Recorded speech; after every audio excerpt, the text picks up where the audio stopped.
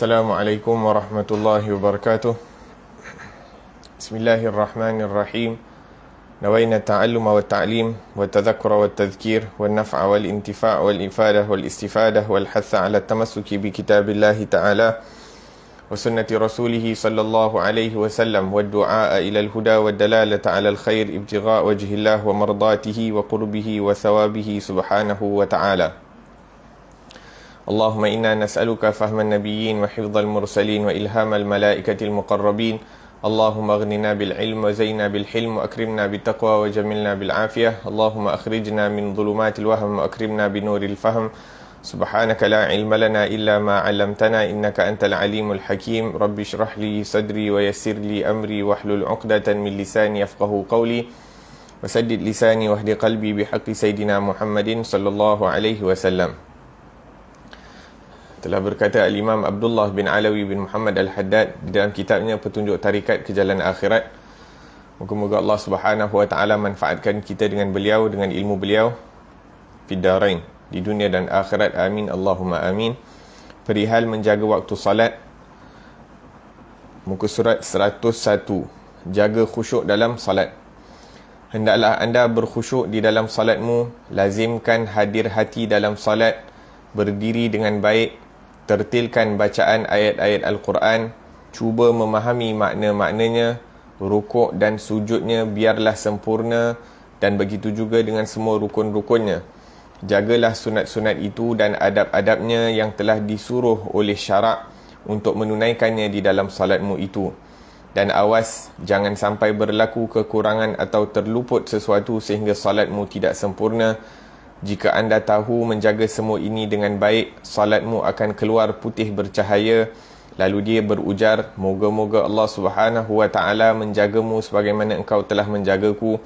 Kalau tidak, keluarlah salat itu hitam legam. Lalu salat itu akan berujar, moga-moga Allah Subhanahu wa taala menyia-nyiakanmu sebagaimana engkau telah menyia-nyiakanku. Telah bersabda Nabi sallallahu alaihi wa ala alihi wasallam, laisa lil mar'i min salatihi illa ma aqala minha. Tiada dikira salat seseorang kecuali yang akalnya turut bersamanya. Berkata Sayyidina Al-Hasan Al-Basri rahimahullahu taala wa nafa'ana bih, moga-moga Allah Subhanahu wa taala merahmatinya, kullu salatin la yahduru fiha al-qalbu fahiya ila al-uqubati asra'.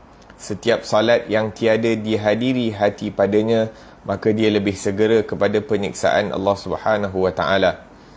Dan syaitan pula yang telah dikutuki Allah sangat gemar memasyghulkan, iaitu menyibukkan orang mukmin dalam salatnya, sehingga dia membuka pintu-pintu urusan kepadanya ketika dia berdiri untuk menunaikan salat.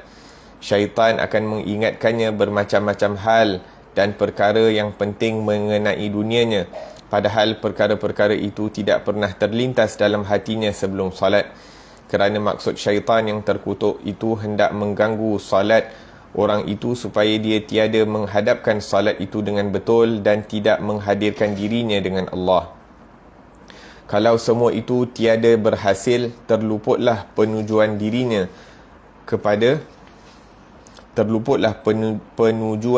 kepada Allah Subhanahu wa taala. Dan barangkali nanti dia akan keluar dari salatnya dengan keadaan berdosa pula. Sebab itulah para ulama, moga-moga Allah Subhanahu wa taala merahmati mereka, menganjurkan supaya setiap orang yang hendak bersalat, sebelum masuk ke dalam salat, hendaklah membaca terlebih dahulu surah Qul a'udzu birabbin nas, untuk membentengi dirinya daripada syaitan. Alhamdulillah wassalatu wassalamu ala Sayyidina Rasulillah wa ala alihi wa ashabihi wa man walah, amma ba'd. Alhamdulillah, kita bersyukur kepada Allah Subhanahu wa ta'ala yang mana telah hadirkan kita dalam majlis ilmu, yang mana pada pengajian yang lalu, pada perihal menjaga waktu sembahyang, Al-Imam Abdullah bin Alawi Al-Haddad telah membahaskan tentang penting menjaga salat di awal waktu dan juga penting untuk menunaikan salat di tempat di mana azan diazankan, iaitu di masjid, terutamanya kaum lelaki. Naam, dan kemudian Imam Haddad mengingatkan kita tentang kepentingan menjaga daripada solat sunat rawatib. Disebutkan tentang solat sunat rawatib, dan disebutkan juga tentang penting untuk mengqadakkan solat yang tertinggal. Kita sebutkan bahawa disunahkan untuk mengqadak solat sunat yang tertinggal. Maksudnya bukan hanya solat fardu diqadak, akan tetapi solat sunat yang dianjurkan, solat sunat rawatib, solat sunat yang dipesan oleh Rasulullah sallallahu alaihi wasallam, seperti mana dipesan kepada Sayyidina Abu Hurairah. Berkata Sayyidina Abu Hurairah, "Awsani khalili," telah berpesan kepadaku kekasihku Rasulullah sallallahu alaihi wasallam untuk tidak meninggalkan duha dan witir, dan juga berpuasa 3 hari setiap bulan. Maka perkara-perkara yang dipesan oleh Rasulullah ini, kalau boleh, kalau kita tertinggal, kita qadakkan. Sebagai contoh, tertinggal solat duha diqadakkan, tertinggal solat witir diqadakkan. Dan kita sebutkan tentang kalau kita tertinggal solat malam, cara untuk nak mengqadakkan solat malam adalah dengan solat sunat 12 rakaat di waktu duha, iaitu waktu selepas terbitnya matahari dan sebelum tergelincirnya matahari. Kalau kita solat 12 rakaat, maka ianya akan dianggap sebagai pengganti daripada solat qiyamul lail yang mungkin kita tertinggal. Dan kita sebutkan tentang Nabi SAW satu ketika selepas solat zuhur terus meninggalkan masjid dan pergi ke Quba untuk mendamaikan 2 orang yang sedang bertelingkah. Maka sekembalinya Rasulullah ke kota Madinah, maka mendapati bahawa kaum muslimin telah menunaikan solat fardu asar, ataupun telah memulakan daripada solat asar. Maka Nabi SAW mengqadakkan solat ba'diyah al-zuhur itu selepas solat asar. Jadi solat sunat rawatib ini diqadakkan, maksudnya bila kita terlepas waktunya.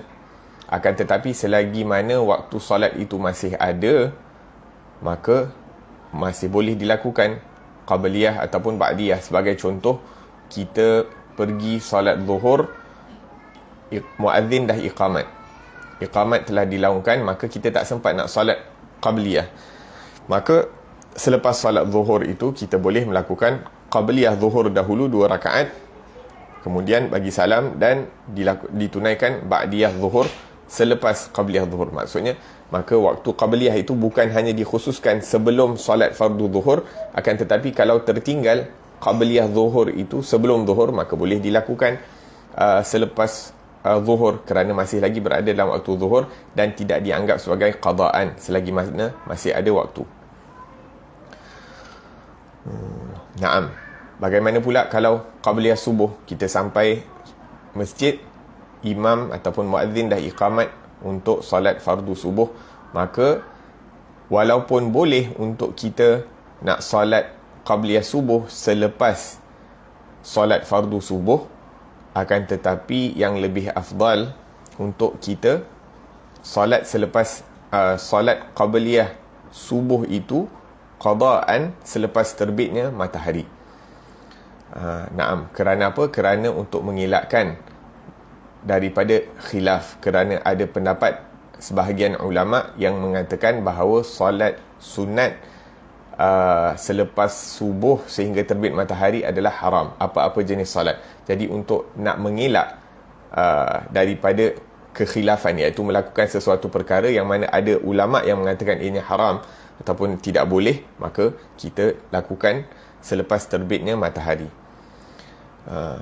Kita tahu bahawa fadilat qabliyah subuh itu sangat penting. Nabi SAW menyebutkan bahawa rakaatan qabla al-fajr khairu minad dunya wa ma fiha. 2 rakaat qabliyah subuh itu lebih utama, lebih mulia, lebih tinggi nilainya daripada dunia dan seisi-isinya. Maka kalau kita pergi masjid, kita tengok muazzin dah iqamat, ataupun kita tengok jam, dah tinggal lagi 1 minit atau 2 minit sebelum nak iqamat, kita pun Allahu Akbar juga. Sebab apa? Tak nak tinggal.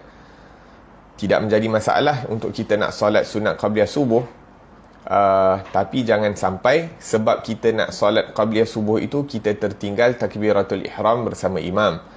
Kerana solat qabliyah subuh itu adalah satu perkara yang sunnah, dan takbiratul ihram ma'al imam itu pun pahalanya besar. Maka jangan kita kerana nak qabliyah subuh itu kita sampai terlewat daripada bersama imam dalam takbiratul ihram yang pertama itu. Itu lebih aula, lebih afdal.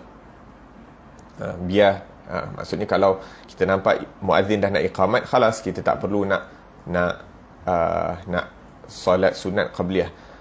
Bahkan hatta kalau katalah kita baru je Allahu Akbar angkat takbir untuk qabliyah subuh, kemudian muazzin iqamat, maksudnya dah nak sembahyang, maka kita boleh batalkan solat sunat qabliyah itu, kemudian kita solat selepas terbit matahari. Naam. Kenapa penting untuk mendapat takbiratul ihram bersama imam? Kerana Rasulullah SAW bersabda, likulli syai'in safwah wa safwatus salah takbiratul ihram ma'al imam. Setiap perkara itu ada dia punya krim dia.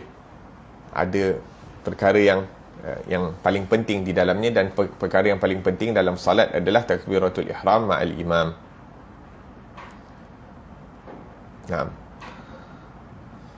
Tapi kita kadang-kadang muazzin dah iqamat, kita masih duduk. Muazzin dah selesai iqamat, kita masih duduk. Imam dah Allahu Akbar angkat takbiratul ihram, barulah kita nak bangun daripada tempat duduk kita, sedangkan kita duduk dekat saf yang ke-10 ataupun saf yang ke belakang sekali. Nak sampai situ mungkin imam dah start baca Fatihah, baru kita sampai nak angkat takbir. Jangan sampai jadi begitu. Kalau kita jauh, Bilal iqamat, kita terus bangun, agar supaya bila imam angkat takbiratul ihram, kita dah bersedia untuk nak mengangkat takbiratul ihram selepas imam angkat takbiratul ihram. Imam Allahu Akbar sempurna, kita pun Allahu Akbar. Tapi jangan pula imam Allahu Akbar, imam panjang, lepas tu imam tak sempurna lagi selesai Allahu Akbar, kita dah Allahu Akbar. Mahu hakadha. Itu bukan cara untuk takbiratul ihram. Ju'ilal imam liutamma bih. Naam.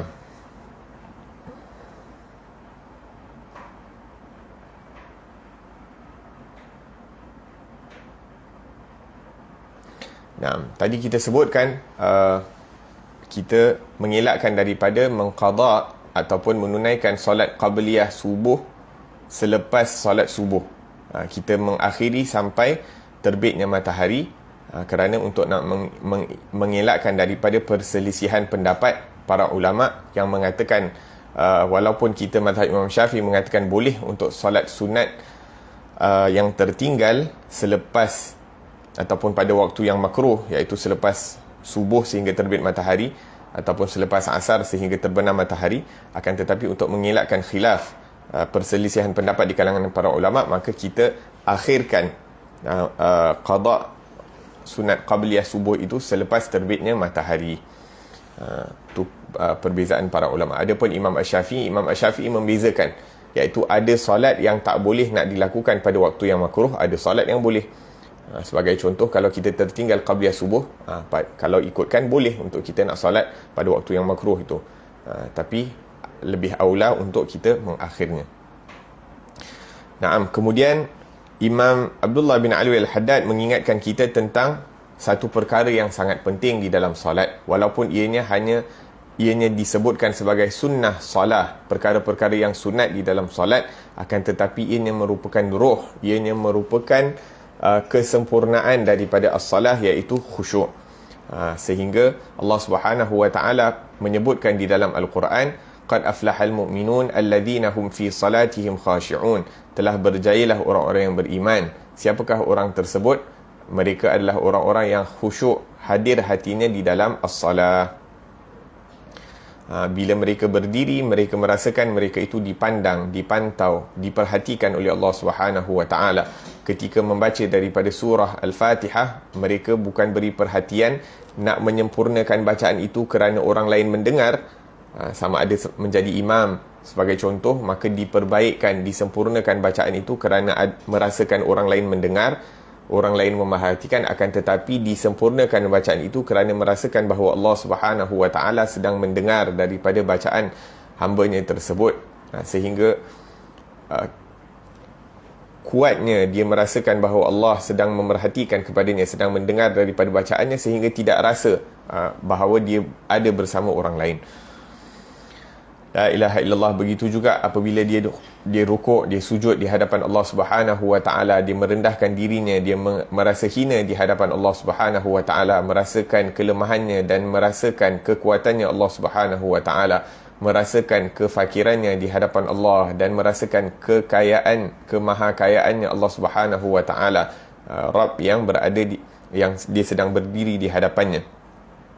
Dan setiap pergerakan di dalam as-salah itu dia bertafakur, dia menghadirkan hatinya bersama Allah dan memikirkan tentang apa yang sedang dibaca di dalam setiap rukun.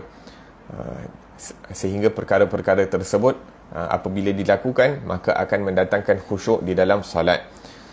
Disebutkan bahawa awwalu ilmin yunza' minal ard al-khusyuk. Perkara yang pertama yang dicabut, yang ditarik, yang dinaikkan daripada bumi ini adalah ilmu khusyuk.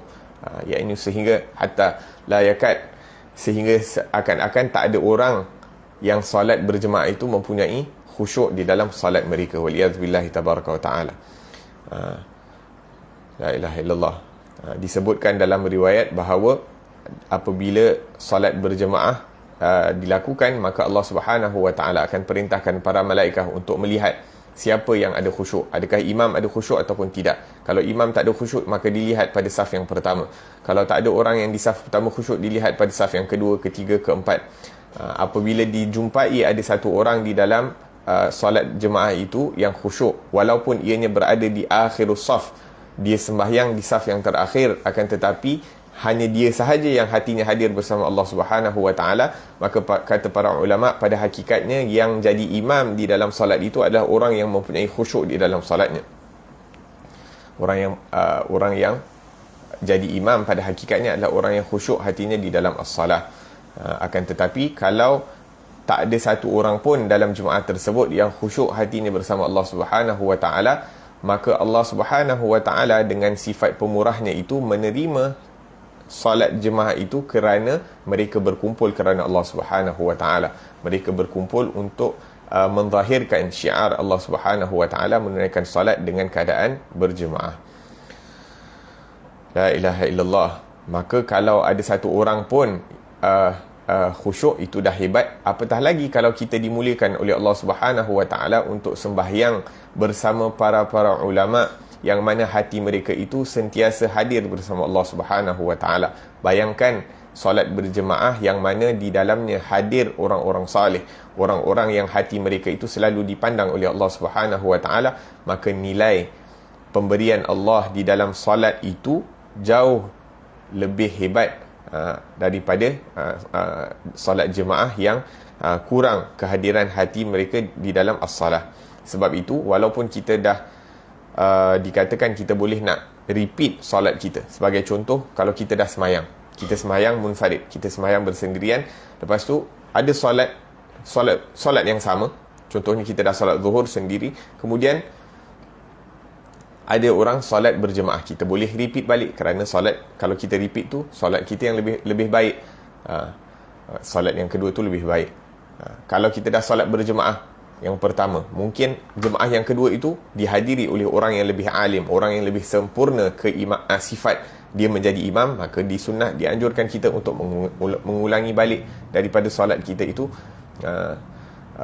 sehingga kita mendapat fadilah solat berjemaah dalam jemaah yang lebih besar ataupun dalam jemaah yang lebih kita yakini penerimaan pengkabulannya daripada Allah Subhanahu Wa Taala.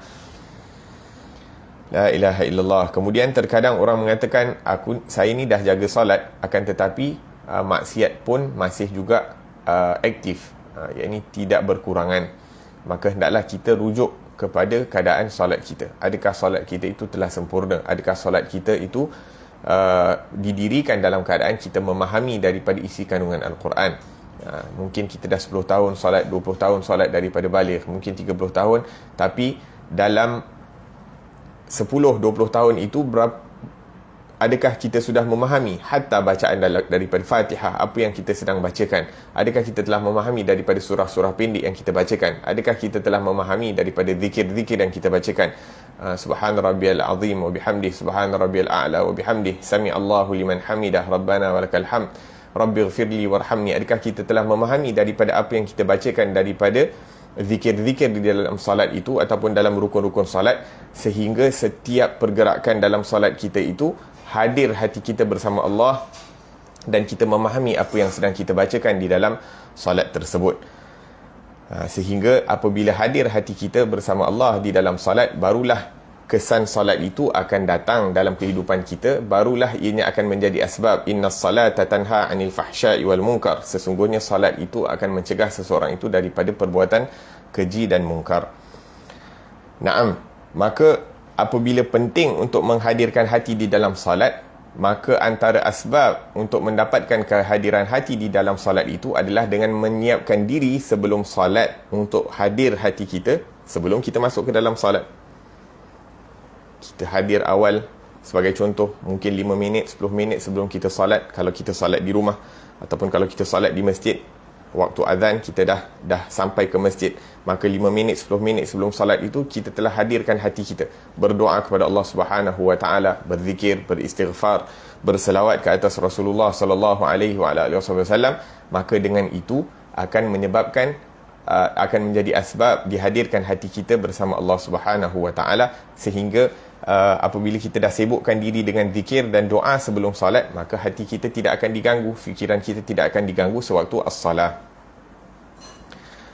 Dan antara sunnah-sunnah salah juga adalah sebelum kita nak menunaikan salat, jangan pula kita salat dalam keadaan lapar. Kita salat dalam keadaan lapar sehingga bila dalam salat kita sibuk fikir pasal makan. Kecuali bila waktu puasa lah. Bila waktu puasa tak boleh nak dielakkan. Waktu puasa tak boleh nak dielakkan. Ataupun tidak dianjurkan untuk kita solat di depan cermin. Sebab apa? Bila kita solat depan cermin, tiba-tiba dalam solat kita tengok cermin, kita tu sibuk tengok tentang penampilan kita. Pakaian bersih ataupun tidak, kita handsome ataupun tidak dan sebagainya. Nampak handsome ataupun tidak. Sebab itu juga tidak digalakkan masjid untuk memperbanyakkan daripada perhiasan, terutamanya di depan imam ataupun di depan saf yang pertama. Kerana apa? Kerana ianya akan iaitu mengganggu daripada konsentrasi imam ataupun makmum yang berada di saf pertama. Dan kemudian untuk kita juga bila sembahyang, kalau boleh kita elakkan dari pakai pakaian yang akan mengganggu konsentrasi orang belakang kita. Kita pakai ada tulisan, macam-macam jenis tulisan sekarang ni, ataupun macam-macam jenis gambaran yang tertulis ataupun yang terlakar dekat baju, sehingga apa yang kita pakai itu mengganggu konsentrasi orang lain. Itu kalau makmum. Apatah lagi imam. Jadi imam janganlah pula kita pakai jubah, tapi jubah kita tu putih, see through, boleh nampak apa yang tertulis dalam baju dekat yang kita pakai. La ilaha illallah. Ataupun kadang-kadang ditulis dengan tulisan Al-Quran yang cantik dekat di bahagian hadapan itu, sehingga bila kita sembahyang tu kita tengok, oh ni ayat apa yang tertulis dekat khat tersebut, ataupun khat apa yang digunakan untuk ditulis daripada ayat Al-Quran tersebut. Kemudian Imam Haddad menyebutkan di sini adalah antara sunnah-sunnah salah adalah untuk kita menyempurnakan, kita berdiri dengan tegak, dengan sempurna, dengan bersemangat. Bahkan masuk ke dalam sembahyang dalam keadaan bersemangat dan cergas adalah sunnah. Sehingga sebahagian daripada ulama menganjurkan ataupun mereka sendiri melakukannya, iaitu sebelum solat mandi untuk mendapatkan kecergasan. Masuk berdiri di hadapan Allah Subhanahu wa taala dalam keadaan kita segar. Kita segar nak bertemu dengan Allah Subhanahu wa taala, segar dan gembira untuk bertemu dengan Allah Subhanahu wa taala. Naam, cara kita berdiri dan juga jangan sampai kita kangkang terlalu lebar, ataupun kita berdiri itu dalam keadaan kaki kita, jarak di antara dua kaki itu terlampau kecil. Jadi kita pun jadi berdiri tak berapa stable. Sederhana dalam keadaan kita tak berdiri dalam keadaan terhoyong-hayang. Dan rapatkan saf kalau boleh. kerana merapatkan saf adalah sebahagian daripada kesempurnaan as-salah. Nabi SAW mengambil berat untuk merapatkan saf, seperti mana Nabi SAW ambil berat untuk merapatkan saf ketika peperangan sallallahu alaihi wasallam. Dalam hadis Nabi SAW menyebutkan bahawa apabila hendaklah kamu merapatkan saf ataupun meluruskan saf, kerana dengan meluruskan saf akan menjadi asbab yakni kesatuan hati di antara kaum muslimin. La ilaha illallah. Sekarang ni apa yang berlaku sekarang mungkin perkara yang susah untuk nak dielakkan, akan tetapi ia juga seperti yang dikatakan oleh Rasulullah sallallahu alaihi wasallam, dengan terpaksa berjauhan saf, ianya mendatangkan syaitan makin besar yang duduk di antara makmum. Di antara dua makmum, syaitan makin besar. Kemudian antara perkara-perkara yang disebutkan oleh Rasulullah, kalau tidak dirapatkan saf, maka iaitu akan berlaku perpecahan di kalangan hati-hati orang Islam. Moga-moga Allah Subhanahu Wa Taala angkat COVID daripada muka bumi ini, sehingga kita dapat menyempurnakan solat berjemaah kita, sehingga solat kita itu lebih sempurna ditunaikan kepada Allah Subhanahu Wa Taala. Ala kulli hal, walaupun kita terpaksa solat dalam keadaan jarak, at least kita tunaikan solat di masjid. Jangan kita bising-bising sana, bising sini. Kenapa tak solat rapat apa semua, tapi kita sendiri tak pergi solat di masjid. Manfaat. Kita sibuk bising sana, bising sini, tapi kita sendiri tak solat di masjid. La ilaha illallah. Kita sibuk bising-bising, masjid tak buka dan sebagainya, tak boleh datang. Tapi bila masjid dah boleh buka, tapi kita tak datang. Naam. Dan kemudian Imam Haddad mengingatkan, cuba untuk tertilkan bacaan ayat-ayat Al-Quran. Sebut bacaan Al-Quran itu dengan betul. Cuba untuk memahami daripada bacaannya. Sebab itu orang yang jadi imam ini perlu mengetahui tahap dirinya, tajwidnya macam mana, kefahamannya macam mana, ilmunya terhadap hukum hakam yang terkait dengan solat macam mana. Jangan sampai hanya kerana dia ni dah pernah dilantik satu ketika dahulu jadi imam, jadi bila dah dilantik jadi imam, khalas, walaupun ada orang yang mungkin lebih layak untuk jadi imam, tapi enggan nak turun daripada jawatan tersebut, tak nak, rasa dia dah hebat. Kalau kita tahu ada orang yang lebih utama, lebih aula untuk jadi imam, maka kita kedepankan dia, kita turun letak jawatan, kita cakap orang ni lebih layak daripada kita. Kita bersifat insaf, bersifat adil, kita tahu tahap diri kita. Dalam riwayat disebutkan, rahimahullahu abdan arafa haddahu fawaqa indahu fawaqafa indah. Iaitu moga-moga Allah Subhanahu Wa Taala merahmati satu orang yang mengetahui kedudukan diri dia, tarafnya, kemudian dia berhenti di situ. Iaitu dia tahu ini kebolehan dia, lebih daripada tu dia tak mampu, khalas. Jadi kalau di offer satu amanah ataupun satu pekerjaan untuk dilakukan, dia kata ini yang aku mampu untuk lakukan, adapun yang selebihnya aku tak mampu, tapi aku cuba untuk buat sebaik mungkin. Tapi kalau ada orang yang lebih mampu, lebih kebolehan, lebih kemahiran untuk lakukan, maka dia akan kedepankan orang yang lebih mampu dan lebih mempunyai kemahiran terhadap perkara tersebut. Kerana menjadi imam ini adalah satu tanggungjawab. Al-imam madmun, dia akan seakan-akan dia yang menjadi penjamin. Maka berat tugas orang yang menjamin daripada solat al-ma'mum. Allahu Akbar. Dan imam ini yang bertanggungjawab untuk menentukan sama ada sah ataupun tidak solat makmum yang berada di belakangnya. Jadi kalau dia rasa bacaannya masih kurang sempurna, ilmunya masih kurang sempurna, maka perlu untuk dia belajar. Kalau dah tak ada orang lain untuk nak jadi imam, dia terpaksa jadi imam, tapi jangan berhenti daripada belajar, masih lagi berusaha untuk menyempurnakan bacaan, masih lagi bertalaki dengan ustaz-ustaz ataupun para masyayikh untuk memperbaiki daripada bacaannya, untuk memperbaiki daripada ilmunya yang terkait dengan as-salah. Nabi SAW bersabda apabila ditanya, "Ya Rasulullah, siapakah yang layak untuk menjadi imam?" Maka Rasulullah SAW menjawab, "Aqra'ukum li kitabillah," orang yang paling pandai membaca daripada Al-Quran, iaitu orang yang sempurna bacaan Al-Qurannya. Dalam riwayat lain disebutkan, "A'lamukum," orang yang paling berilmu dalam hukum hakam terhadap as-salah. Maksudnya apa? terutama di dalam mazhab Syafi'i, ditafsirkan aqra'ukum, orang yang pandai. Qara'a yaqra'u bermakna membaca, akan tetapi ditafsirkan oleh Imam Syafi'i aqra'ukum, orang yang paling berilmu tentang as-salah. Kadang-kadang mungkin bacaan dia bagus, tapi mungkin ilmunya tentang hukum hakam salat tu tak sempurna. Jadi didahului, maksudnya kalau dibandingkan orang ni hafal Al-Quran, dan tapi ilmu dia tentang as-salah tu kadang kurang, dengan orang yang mungkin dia hafal sebahagian daripada Al-Quran, tapi dia punya ilmunya lebih dalam terhadap hukum hakam yang terkait dengan as-salah. Maka didahului orang yang mempunyai hukum hakam, yang mengetahui tentang hukum hakam as-salah lebih daripada orang yang kurang mengetahui hukum hakam as-salah.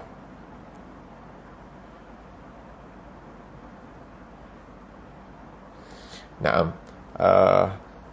Dan yang paling penting di dalam as-salah ini bila bacaannya adalah surah Fatihah, yang mana kita terkadang, Allahu Akbar, mereka yang tidak sempurna ataupun tidak jelas bacaannya terkadang membaca Alhamdulillahirabbil-alamin, patutnya hak dibaca Alhamdulillahirabbil-alamin, ataupun Ar-Rahmanir-Rahim dibacakan Ar-Rahmanir-Rahim, ataupun Siratal Ladzi dibaca Siratal Lazi, Zal dibaca dengan Zai, Dad dibaca dengan Dal, wahakadha. Maka perlu untuk dipelajari ataupun disebutkan daripada huruf-huruf itu, daripada makhrajnya.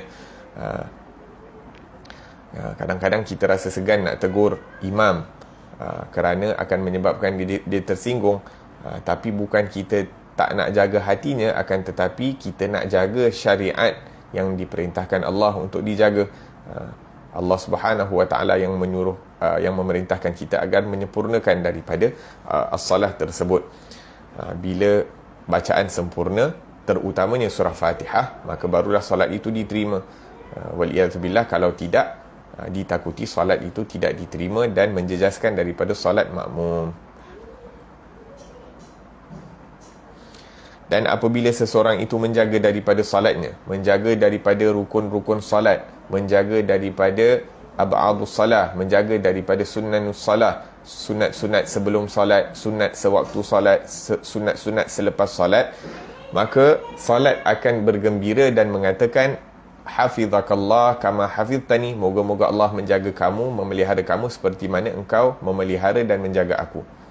Iaitu salat menghargai daripada usaha orang yang menyempurnakan solat tersebut. Didoakan kebaikan kepada orang yang menjaga, yang mendirikan solat itu seperti mana yang dikehendaki oleh Allah Subhanahu Wa Taala. Dia jaga solat di awal waktu, tidak dilakukan di pertengahan ataupun di waktu makruh, walaupun boleh, tapi yang paling afdal dilakukan di awal waktu, yang paling afdal dilakukan dalam berjemaah, dijaga daripada adabnya dan segalanya. Maka dia akan didoakan oleh as-salah. Dan apabila dia didoakan kebaikan oleh salah, satu hari 5 kali, maka hidup dia akan diberkati oleh Allah Subhanahu Wa Taala. Bahkan disebutkan bahawa orang yang menjaga daripada salat di awal waktu dengan berjemaah, maka dia akan mendapat beberapa pemberian, akan mendapat buku catatan tangan kanan, akan lintas titian sirat sepantas kilat, masuk syurga tanpa hisab dan sebagainya. Allahu Akbar. Dan dia akan dijaga oleh as-salah sehingga ke alam barzakh dan di akhirat nanti, sehingga tak ada azab yang dapat mendekatinya. Kerana apa? Kerana dia dijaga oleh salat, ataupun dijaga dengan berkat dia menjaga daripada as-salah.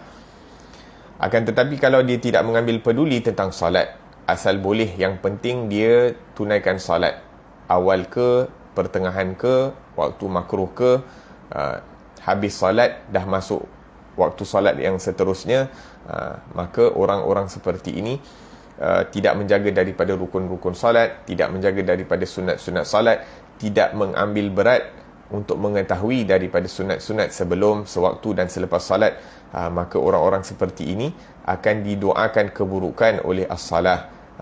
Apa doa? Apa salat akan mengatakan, dayya'akallah kama dayya'tani, moga-moga Allah menyia-nyiakan kamu seperti mana kamu menyia-nyiakan aku. La ilaha illallah. Itu kalau satu kali salat. Kalau 5 waktu, dah 5 kali didoakan keburukan. Dalam seminggu dah berapa kali? Itu kalau dia seorang. Bagaimana kalau satu rumah ada 2-3 orang yang tidak sempurna solatnya, tidak menyempurnakan solat dan didoakan keburukan oleh as-salah? Itu kalau satu rumah. Kalau satu kampung, kalau satu daerah, kalau satu negeri, kalau satu negara, kalau satu benua, berapa ramai yang didoakan keburukan, maka disebabkan mereka tidak menjaga daripada solat, maka keburukan ataupun musibah turun kerana tidak menjaga daripada solat. Waliyadzubillahi tabaraka wa ta'ala. Bagaimana pula keadaan kita, ataupun kadang-kadang bila kita lihat dalam bermusafir, musafir naik bas, musafir naik kapal terbang, musafir naik kapal laut ataupun kereta api, terkadang hanya kerana musafir tidak jaga solat.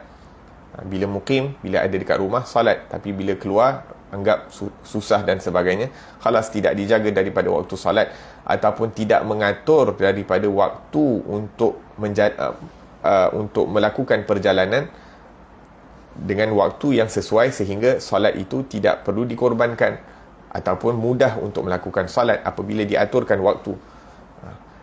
Terkadang walaupun terpaksa bayar lebih, tapi kita dapat solat, jaga solat, biarlah terpaksa bayar lebih, asalkan kita punya solat mudah untuk ditunaikan, dapat dilakukan dengan lebih sempurna, dalam keadaan yang lebih yakin solat itu diterima. Wahakadha, kerana solat itu lebih tinggi nilainya daripada harta dunia. La ilaha illallah waliyadzubillah. Sebab itu berkata para ulama, iaitu musibah yang terkadang berlaku ini adalah kerana kita punya zaharal fasadu fil barri wal bahri bima kasabat aydin nas. Zahirnya musibah ataupun kehancuran di atas muka bumi ini adalah atas perbuatan manusia sendiri. Yang pertama-tama adalah kerana mencuaikan amalan-amalan fardu, perkara-perkara fardu, dan antara perkara yang paling penting dalam perintah Allah daripada perkara fardu adalah as-salah. La ilaha illallah. Naam. Maka yang paling penting, antara sunnah yang paling penting untuk dijaga adalah al-khusyuk, seperti yang disebutkan oleh Imam Haddad, sehingga Imam Hasan Basri menyebutkan setiap solat yang tiada khusyuk di dalamnya, maka solat itu lebih cepat untuk diterima hukuman kerana tidak dihadirkan khusyuk di dalamnya. Itu solat orang yang tak ada khusyuk pun ditakuti akan dihukum oleh Allah Subhanahu wa taala, apatah orang yang tak sembahyang langsung. La ilaha illallah. Itu orang yang solat tak jaga perkara-perkara sunnah dalam solat, ditakuti solatnya itu akan iaitu tak diterima oleh Allah, dihukum oleh Allah Subhanahu wa taala. Apatah lagi orang yang tak ambil berat tentang perkara-perkara fardu dan sebagainya, tidak mengambil berat daripada waktu yang afdal dan sebagainya. Naam. Kita sekarang ni bila kita solat, macam-macam perkara yang hadir dalam fikiran kita. Kita fikir apa kita nak buat lepas ni, apa yang kita akan buat esok, apa yang kita buat minggu depan. Tiba-tiba semua perkara hadir dalam fikiran kita. Macam-macam kita rancang dalam solat. Boleh terfikir, nanti cuti, nak buat apa, nak pergi mana dan sebagainya. Semua idea datang sewaktu as-salah. Tapi bila lepas solat dah tak fikir dah. Lepas solat dah disibukkan dengan benda lain. La ilaha illallah. Disebutkan dalam satu kisah bahawa ada satu orang hilang duit, maka dia berjumpa dengan orang alim. Subhanallah, tahu pula dia cari orang alim. Hilang duit, dia pergi cari orang alim, tanya, kod boleh dapat jawapan. Patutnya hilang duit pergi jumpa polis, tapi dia jumpa orang alim. Walhasil orang alim ni kata, khalas kamu salat, mohon daripada Allah Subhanahu wa taala agar kamu diberi petunjuk mana nak cari duit kamu. Maka dia angkat takbir Allahu Akbar, khalas syaitan dah datang. Syaitan dah datang untuk nak melalaikannya daripada salat. Maka diberitahu kat mana yang duit dia tercicir. Terus dia batalkan salat dia, pergi ke tempat itu, dan dia jumpa dia jumpa duit dia. Maka dia pun pergi bertemu dengan orang alim tersebut. Ya Syekh, ya Imam, wahai Ustaz, aku dah jumpa dah aku punya duit. Macam mana kamu jumpa? Aku angkat takbir, terus aku teringat dekat mana aku hilang, tercicir duit. Wahakadha. ditanyakan dekat na'am, maka dijumpa perkara-perkara tersebut di dalam as-salah waliyadzubillah tabaraka wa ta'ala. Akan tetapi perlu untuk kita train, didik diri kita itu untuk hadir hati bersama Allah Subhanahu wa ta'ala, memikirkan perkara yang lebih afdal, yang lebih penting, menghadirkan diri kita di hadapan Allah Subhanahu wa ta'ala, kerana as-salah itu merupakan waktu kita berjumpa dengan kekasih kita. Salat itu merupakan waktu kita mengangkat segala keperluan, pertolongan dan bantuan yang kita perlukan daripada Allah Subhanahu wa ta'ala. Kerana salat itu merupakan waktu kita dinaikkan darjat di sisi Allah Subhanahu wa ta'ala. Maka tidak layak bagi seseorang yang menghadap kepada Allah Subhanahu wa ta'ala, yang akan memberikan pelbagai pemberian, kemudian berjumpa dengan Allah dalam keadaan hati yang lalai. Sebab itu dianjurkan untuk kita baca surah Qul A'udzu Birabbin Nas sebelum salat, untuk mengelakkan kita daripada diganggu oleh syaitan. Dan juga digalakkan kita untuk nak hadir hati bersama Allah Subhanahu wa ta'ala ketika salat, untuk menghadirkan hati kita sewaktu ambil wuduk. Sebelum sewaktu wuduk lagi dah hadirkan, berusaha untuk hadirkan hati kita sewaktu wuduk, sehingga apabila kita hadir hati kita sewaktu wuduk, maka insya-Allah mudah untuk kita nak hadir hati sewaktu as-salah. Kemudian Imam Haddad menyebutkan, jangan kekal dengan satu dua surah sahaja. Wahai saudaraku, hendaklah anda tiada membiasakan membaca suatu surah yang tertentu sahaja selepas Fatihah, kecuali memang ada berita yang warid dari syarak, seperti membaca Alif Lam Mim Sajdah dan Hal Ata 'alal Insan pada solat subuh setiap hari Jumaat. Awas jangan sampai selalu-selalu sahaja membaca surah-surah yang pendek dalam salatmu, seperti surah Al-Kafirun, Al-Ikhlas dan Al-Mu'awwadhatain, iaitu Qul A'udzu Birabbil Falaq dan Qul A'udzu Birabbin Nas. Jika anda sebagai imam, maka keringanan yang dituntut bagi imam ialah kembali kepada sebuah sabda yang diriwayatkan mengenai Sayyidina Mu'adz bin Jabal radhiyallahu anhu wa ardah. Pada suatu peristiwa, dia telah mengimami suatu kaum, lalu dia telah memanjangkan bacaan surah dalam salatnya. Maka salah seorang yang hadir dalam salat itu pergi mengadukan hal itu kepada Rasulullah sallallahu alaihi wasallam, dan Sayyidina Mu'adz pun dipanggil oleh beliau seraya berkata kepadanya, afattanun anta ya Mu'adz, iqra bisabbihil a'la wasyams waduhaha wal laili idza yaghsha. Wahai Mu'adz, adakah engkau ingin melakukan fitnah? Lain kali bacalah surah Sabbihisma Rabbikal A'la wasyamsi waduhaha dan wal laili idza yaghsha. Siapa yang membaca kitab-kitab tentang cerita-cerita orang-orang yang terdahulu, kelak dia akan mengetahui apa yang saya katakan tentang perkara ini. Dan telah diriwayatkan juga bahawa akhir salat yang disembahyangkan oleh Rasulullah sallallahu alaihi wasallam mengimamkan orang ramai pada salat maghrib. Beliau membaca surah Al-Mursalat, dan Allah akan memberi petunjuk kepada sesiapa yang disukainya ke jalan yang benar. Amin, Allahumma amin, Allahumma ja'alna minhum. Naam. Dekat sini Imam Haddad mengingatkan kita untuk mempelbagaikan daripada bacaan surah di dalam as-salah. Makin banyak surah yang kita baca, dan apabila kita berusaha untuk menghadirkan hati, memahami daripada apa yang kita baca, maka kefahaman terhadap kita akan bertambah. Kefahaman kita terhadap ayat-ayat Al-Quran akan bertambah. Walaupun mungkin kita tak faham waktu baca, lepas baca surah tu kita buka terjemahannya. Hadir kelas-kelas yang mana kelas-kelas tafsir ataupun kelas-kelas tadabbur daripada ayat-ayat Al-Quran, sehingga bila kita baca daripada surah-surah tersebut akan hadir makna-maknanya dalam fikiran kita, sehingga ianya menambahkan daripada khusyuk sewaktu kita as-salah. Kecuali pada hari-hari yang ditetapkan untuk membaca surah-surah yang tertentu, seperti Imam Haddad menyebutkan, subuh solat Jumaat dianjurkan untuk baca surah Sajdah, Alif Lam Mim Sajdah dan Hal Ata 'alal Insan. Solat Jumaat pada hari Jumaat dianjurkan untuk baca Sabbihisma Rabbikal A'la dan Hal Ataka Hadithul Ghashiyah. Boleh juga dibacakan surah Al-Jumu'ah dan juga surah Al-Munafiqun. Begitu juga dengan yang diriwayatkan dalam setengah-setengah solat yang Nabi membaca daripada surah tersebut. Adapun pada solat yang tidak diriwayatkan apa-apa bacaan, maka kita pelbagaikan bacaan tersebut. Jangan sampai kita hafal macam-macam, banyak ayat kita dah hafal, akan tetapi setiap hari yang kita baca qul ya ayyuhal kafirun, qul huwallahu ahad. Subuh qul ya ayyuhal kafirun dengan qul huwallahu ahad, zuhur qul a'udzu falaq, qul a'udzu birabbin nas, asar qul ya ayyuhal kafirun, qul huwallahu ahad, maghrib qul a'udzu falaq, qul a'udzu birabbin nas. Balik-balik surah itu sahaja. La ilaha illallah. Naam. Pada waktu yang sama seakan-akan digalakkan untuk kita memperbanyakkan daripada hafalan Al-Quran sehingga kita mampu untuk baca banyak. Latihkan diri. Mungkin kalau kita baru hafal 4 qul masalan, kita cuba hafal 10 surah yang terakhir daripada Alam Tara Kaifa Fa'ala Rabbuka bi Ashabil Fil sampai An-Nas. Kalau kita dah hafal surah tu, kita cuba tambahkan lagi. Mungkin berusaha untuk hafal daripada surah Wadduha sampai An-Nas.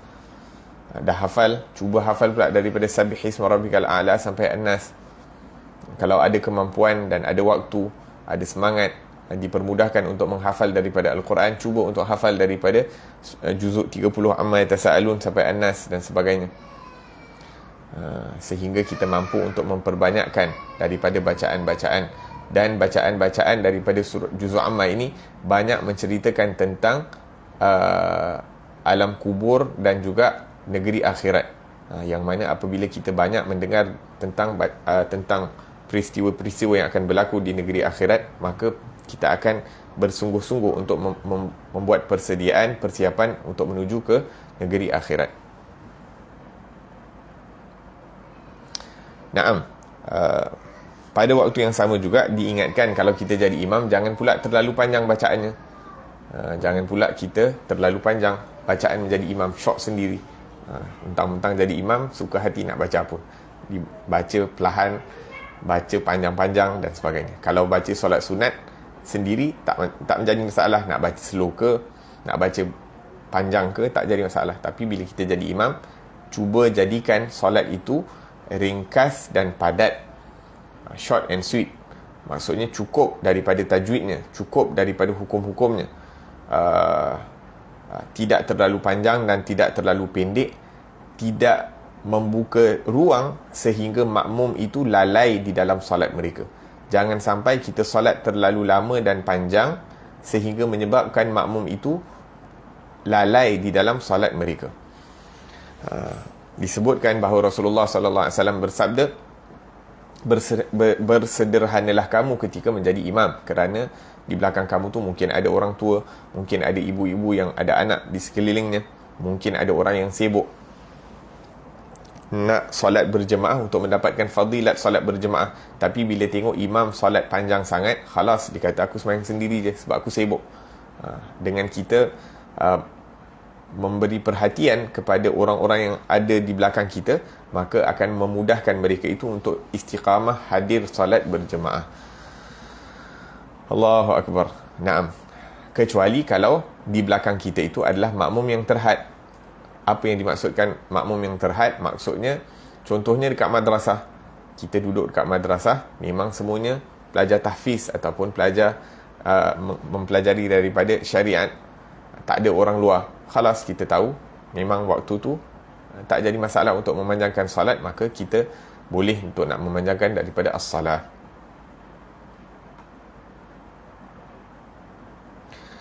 Allahu Ta'ala a'lam.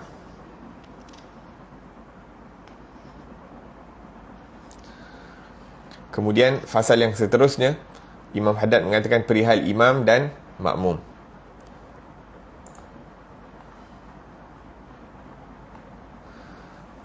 Wahai imam itu dijadikan untuk dituruti. Wahai saudaraku, apabila anda bersembahyang di belakang imam, hendaklah anda menurutinya dengan baik, kerana imam itu dijadikan untuk dituruti perbuatannya. Awas, jangan sampai anda menyamai dalam apapun dalam perbuatan imam dalam salat, apatah lagi mendahului dari gerak-geri salatnya. Yang dituntut daripadamu ialah supaya semua gerak-geri salatmu itu menuruti apa yang dibuatnya. Nabi SAW telah bersabda, alladhi yakhfidu wa yarfa'u qabla al-imami innama nasiyatuhu biyadi syaitan.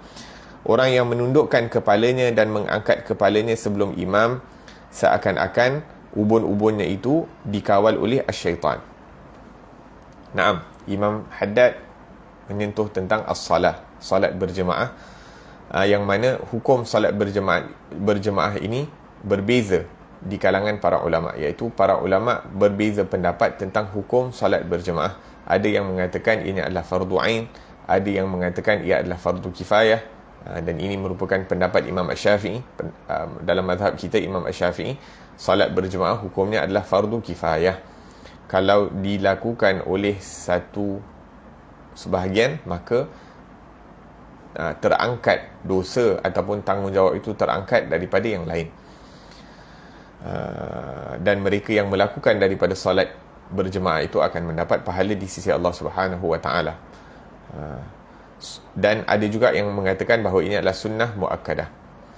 Maka mereka yang berpendapat bahawa ini adalah fardu ain, ulama-ulama yang berpendapat bahawa salat berjemaah ini adalah fardu ain kerana mereka berdalilkan daripada sabdaan Rasulullah sallallahu alaihi wasallam, laqad hamamtu, aku teringin untuk menyuruh seseorang mengimamkan salat di masjid, lalu aku pergi mencari orang yang tidak datang as-salah, dan kalau aku mendapati ada orang yang tidak salat berjemaah di masjid, maka aku akan bakar rumahnya, kata Rasulullah sallallahu alaihi wasallam. Rasulullah yang sangat sayang kepada umatnya, Rasulullah yang tidak ingin melihat, tidak suka melihat apa-apa kesusahan, keburukan berlaku kepada umatnya. Akan tetapi bila tidak ditunaikan perkara yang diperintahkan oleh Allah, yang disukai oleh Allah, Nabi seakan-akan sanggup membakar, mendatangkan kesusahan kepada umatnya apabila mereka meninggalkan daripada melakukan perkara yang lebih afdal. Kerana pada hakikatnya apabila mereka meninggalkan salat berjemaah, dia mendatangkan kesusahan kepada diri mereka sendiri. Sebab tu Nabi tak suka. La ilaha illallah. Nah, jadi sabdaan Nabi yang agak keras ini menggambarkan betapa pentingnya salat berjemaah, sehingga diberi hukum salat berjemaah itu adalah hukumnya fardu ain, wajib untuk dilakukan ke atas setiap orang Islam, orang lelaki.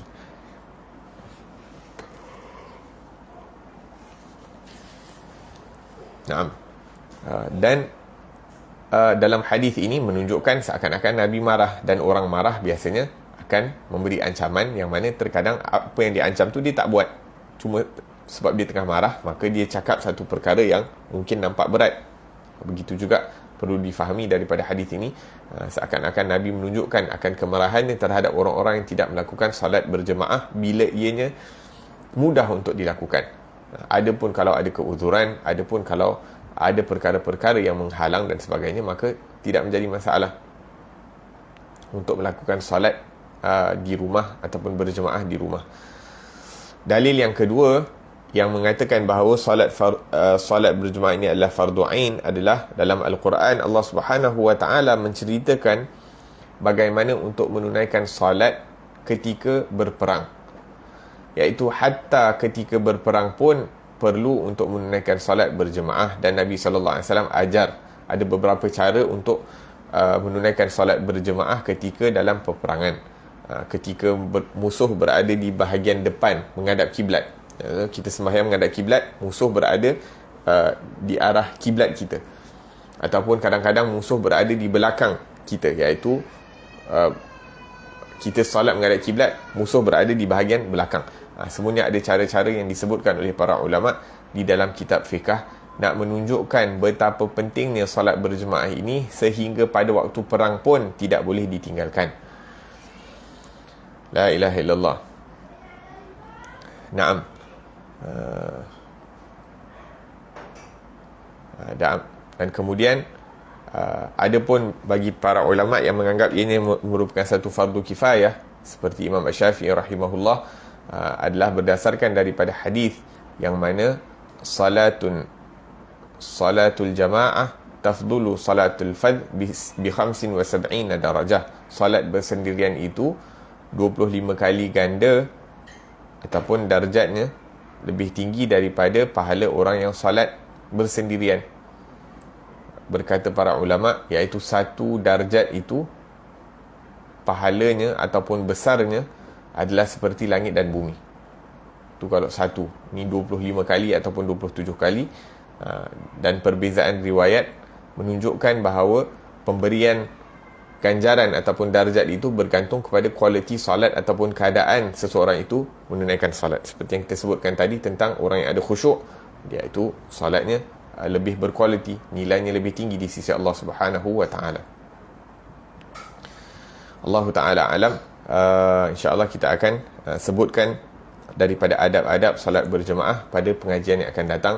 Moga-moga Allah Subhanahu wa taala berikan kita taufik untuk menjaga daripada as-salah seperti mana yang dikehendaki oleh Allah Subhanahu wa taala, salat di awal waktu, salat berjemaah dan menyempurnakan daripada rukun-rukunnya, menyempurnakan menghiasi salat kita itu dengan sunnah-sunnahnya sebelum, sewaktu dan selepas. Dan moga-moga Allah Subhanahu wa taala jadikan salat ini penyejuk mata bagi kita seperti mana dijadikan penyejuk mata buat kekasih kita Nabi Muhammad sallallahu alaihi wasallam, yang mana baginda menyebutkan ju'ilat qurratu aini fis salah, dijadikan kerihatan aku, dijadikan kegembiraan aku itu di dalam as-salah. Amin Allahumma amin. ربنا انفعنا بما علمتنا ربي علمنا الذي ينفعنا ربي فقهنا وفقه أهلنا وقرابات لنا في ديننا مع أهل القتر أنثى وذكر ربي وفقنا وفقهم لما ترتضي قولا وفعلا كرما وارزق الكل حلالا دائما وأخل أتقياء علما نحظى بالخير ونكفى كل شر ربنا واصلح لنا كل شؤون وأقر بالرضا منك العيون واقض عنا ربنا كل الديون قبل أن تأتينا رسل المنون واغفر واستر أنت أكرم من ستر وصلاة الله تغشى المصطفى من إلى الحق دعانا والوفى بكتاب فيه للناس شفاء وعلى الآل الكرام الشرفاء وعلى الصحب المصابيح الغرار اللهم اهدنا بهداك وجعلنا ممن يسارع في رضاك ولا تولنا وليا سواك ولا تجعلنا ممن خالف أمرك وعصاك وحسبنا الله ونعم الوكيل ولا حول ولا قوة إلا بالله العلي العظيم وصلى الله على سيدنا محمد وعلى آله وصحبه وسلم والحمد لله رب العالمين والسلام عليكم ورحمة الله وبركاته.